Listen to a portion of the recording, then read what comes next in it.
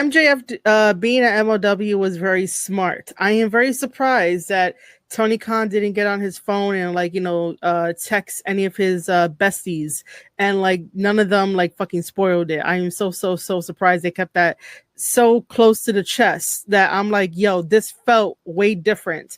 And then I tweeted out that AEW is the problem only because of like it was like night and day, for people out there that want to know, I used to be a fan of MJF because I thought MJF was like, like really good. Like you could get behind him, all that kind of stuff. And then like, stuff on the internet, and then stuff he was doing as a heel that I didn't really agree with. So I'm not really an MJF fan.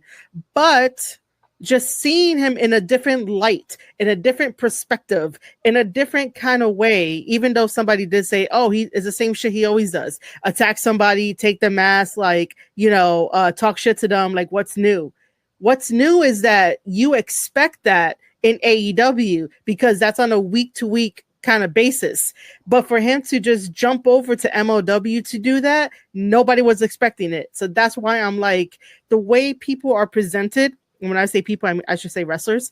The way that wrestlers are presented could give them a fresh, new kind of set of paint, like a fresh new paint to themselves, a fresh new layer into their character lore by going to a different promotion and doing that. Plus, anyway, MJF like made a little bit of his name in MLW by being part of the dynasty with Hammerstone, with Richard Holiday and stuff, and then moving on to AEW and just trying to go through the ranks and stuff. I will give MJF a pass just for being at MLW and doing that. I don't know if they're going to continue that maybe at the next show. I don't know if MJF is going to be joining Contra. I was talking to my people about that just because I was like, yo, this isn't like really cool because Quan is also doing the Mystical I will take your mask kind of storyline, and then MJF is doing it too. And that's one of like the many problems that I have with MJF is that it's just a coincidence that tends to happen that storylines either overlap each other or it's very similar. And I'm like, bro, I know you could tell an original story. That's why sometimes I feel like he peaked at CM Punk. When he fought CM Punk, I believe he peaked.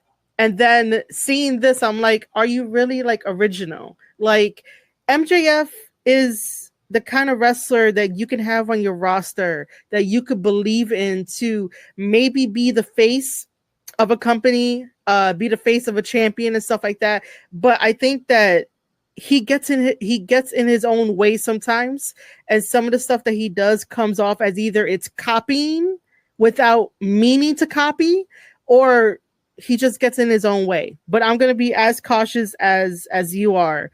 But I was just like, in that very moment, I was like very serious of like AEW is a problem, explained it. However, the fans felt way different. The fans were cheering. They were like welcoming him back, while I'm here like, I know way too much stuff because I work in the business and I'm just cautious, but they had a good time. And this is why wrestling fans online who are chronically online on Twitter need to understand that bookers and people who own companies are going to listen to the fans way more than what you say on the internet.